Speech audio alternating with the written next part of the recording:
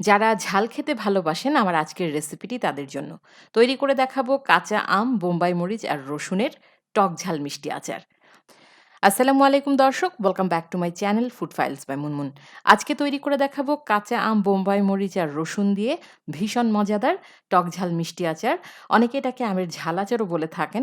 যেটাই হোক, এটা কিন্তু অসম্ভব মজাদার। তবে তাদের কাছেই বেশি ভালো লাগে যারা ঝালটা অনেক বেশি পছন্দ করেন। আমি এখানে মাঝারি সাইজের ৩ টা কাঁচা আম নিয়ে নিয়েছি। আমগুলোকে আমি বেশ ভালোভাবে ধুয়ে নিয়েছি।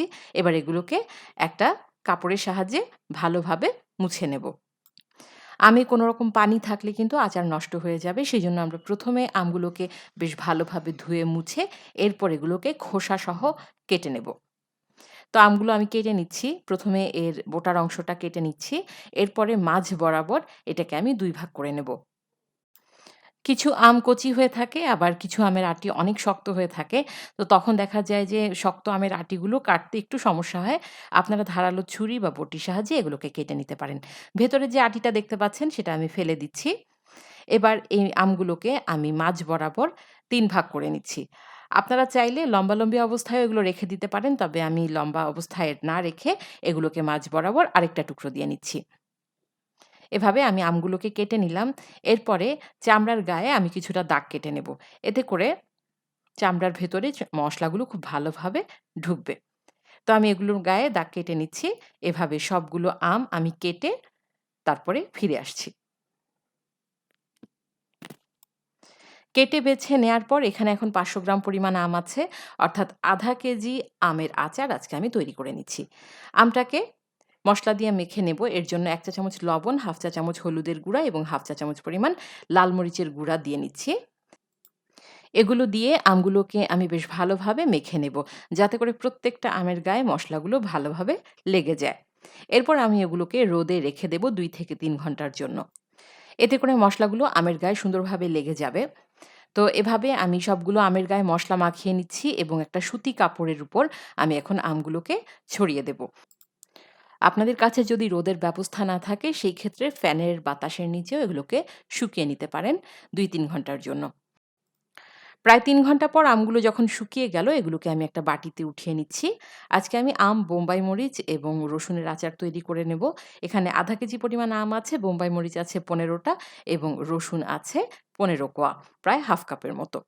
তো আমি এখন আচারের জন্য একটা মসলা তৈরি করে নিচ্ছি। আচারের মসলা তৈরি করার জন্য আমি একটা প্যানে ১ চা চামচ পরিমাণ নিয়ে নিচ্ছি ৫ ফোড়ন, ১ চা চামচ নিয়ে নেব মিষ্টি জিরা বা ফেনাল সিড বলা হয়। নিচ্ছি ১ চা চামচ পরিমাণ আস্ত জিরা আর ১ চা চামচ পরিমাণ আস্ত ধনিয়া। এবার এই মসলাগুলোকে আমি লো হিটে ১ থেকে ২ মিনিটের জন্য টেলে নেব। অবশ্যই লক্ষ্য রাখবেন মসলাগুলো যাতে পুড়ে না যায়। মসলাগুলো টালা হয়ে গেলে এগুলোকে আমি একটা বাটিতে উঠিয়ে নিচ্ছি এবং এই মসলাগুলোকে আমি আধা ভাঙা করে নেব। আপনারা চাইলে শিলপাটাও ব্যবহার করতে পারেন। আমি গ্রাইন্ডারে এগুলোকে ২ থেকে ৩ বার একটু গ্রাইন্ড করে নিলেই সুন্দরমতো আধা ভাঙা হয়ে যাবে। দেখুন এগুলো কিন্তু আমি পুরো গুঁড়ো করে ফেলিনি, এগুলো আধা ভাঙা অবস্থায় আছে। এবার এই মসলাটাই আমি পুরোটা আচারে ব্যবহার করব। চুলায় একটা হাঁড়ি বসিয়ে দিয়েছি। দিয়ে দেব ১/২ কাপ পরিমাণ সরিষার তেল। আচার মানেই সরিষার তেল। ১/২ কাপ পরিমাণ দিয়ে দিলাম। এবার এতে দেব ১ চা চামচ পরিমাণ আস্ত পাঁচফোড়ন। পাঁচফোড়নটা কিছুটা ফুটে উঠলে এর মধ্যে আমি দিয়ে দেব ১৫ কোয়া রসুন। এখানে প্রায় ১/২ কাপ পরিমাণ রসুন আমি নিয়েছি। এরপর এতে আমি দিয়ে দেব ১ চা চামচ পরিমাণ রসুন বাটা এবং ১/২ টেবিল চামচ পরিমাণ দিয়ে দেব সাদা বা হলুদ সরিষা বাটা। চেষ্টা করবেন সরিষাটা ব্যবহার করতে। এতে করে আচারের টেস্টটা খুবই ভালো আসে। তো আমি এবার এই সমস্ত উপকরণ বেশ ভালোভাবে নেড়ে দিচ্ছি। প্রায় ২ থেকে ৩ মিনিট লো টু মিডিয়াম হিটে নেড়ে-চেড়ে নেয়ার পর এর মধ্যে আমি আমগুলো দিয়ে দেব। চুলার জাল লো টু মিডিয়াম অবস্থায় আছে। আমগুলো দিয়ে বেশ কিছুক্ষণ নেড়ে-চেড়ে নেয়ার পর এরপরে যখন আমটা কিছুটা সিদ্ধ হয়ে যাবে তারপরেই কিন্তু আমি যে বোম্বাই মরিচটা রেখেছি সেটা ব্যবহার করব। ১ম এই কিন্তু বোম্বাই মরিচটা দিয়ে দেবেন না, তাহলে কিন্তু অনেক ঝাল আচারের মধ্যে ছড়িয়ে যাবে। যেই মসলাটা আমি গ্রাইন্ড করে রেখেছিলাম সেটার অর্ধেকটা দিয়ে দেব। কিছুটা আমি রেখে দেব পরবর্তীতে ব্যবহারের জন্য। আমটা কিছুক্ষণ নেড়েচেড়ে নেয়ার পর এর মধ্যে আমি দিয়ে দেব ১ চা চামচ পরিমাণ লবণ। আমি আম মাখানোর সময়ও লবণ ব্যবহার করেছি, সেজন্য আপনারা আপনাদের স্বাদ বুঝে লবণটা দিয়ে নেবেন। আমি এখানে ১ চা চামচ পরিমাণ লবণ ব্যবহার করছি। আমটা কিছুটা সেদ্ধ হয়ে যাওয়ার পর আমি এখানে দিয়ে দেব বোম্বাই মরিচ। আমটা প্রায় ১৫ থেকে ২০ মিনিট পর যখন সেদ্ধ হয়ে এলো, এর মধ্যে আমরা এখন দিয়ে দেব মরিচ। বোম্বাই মরিচ যেহেতু যথেষ্ট পরিমাণ ঝাল হয়ে থাকে, এই মরিচটা আগে দিয়ে দিলে কিন্তু ঝাল অনেক ছড়িয়ে যাবে। তাই আমটা সেদ্ধ হয়ে যাওয়ার পরই মরিচটা দিতে হবে। আপনারা যদি ঝালের পরিমাণটা অনেক বেশি চান, সেই ক্ষেত্রে ২ থেকে ৩ টা মরিচ কেটে দিতে পারেন। আমি কিন্তু এখানে কোনো মরিচ কেটে দেইনি। আমি এখানে সম্পূর্ণ মরিচগুলো কিন্তু আস্ত রেখেছি। শুধু বোটাটা ফেলে দিয়েছি। আপনারা যদি ঝালের পরিমাণ বেশি চান, আপনারা মরিচ কেটে দিতে পারেন। এরপরে আমি এর মধ্যে দিয়ে দেব ১/২ কাপ পরিমাণ চিনি।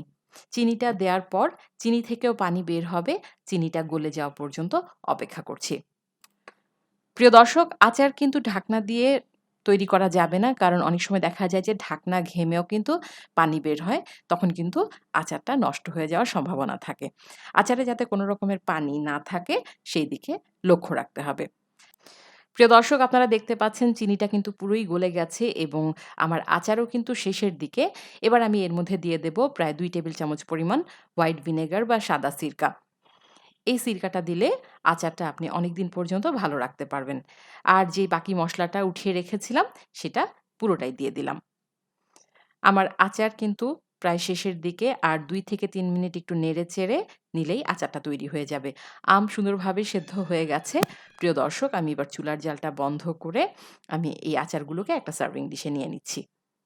তৈরি হয়ে গেল ভীষণ মজাদার আম, বোম্বাই মরিচ এবং রসুনের আচার। যারা ঝাল অনেক বেশি পছন্দ করেন অবশ্যই একবার ট্রাই করবেন। এই আচারটা খুবই মজা হয়ে থাকে। আপনারা ভাত, পোলাও, খিচুড়ি যেকোনো কিছুর সাথে ভীষণ মজা করে উপভোগ করতে পারবেন। আচ্ছা, তাহলে এই পর্যন্তই। পরবর্তীতে নতুন কোনো রেসিপি নিয়ে আবার হাজির হয়ে যাব। সবাই ভালো থাকুন, সুস্থ থাকুন। আল্লাহ হাফেজ।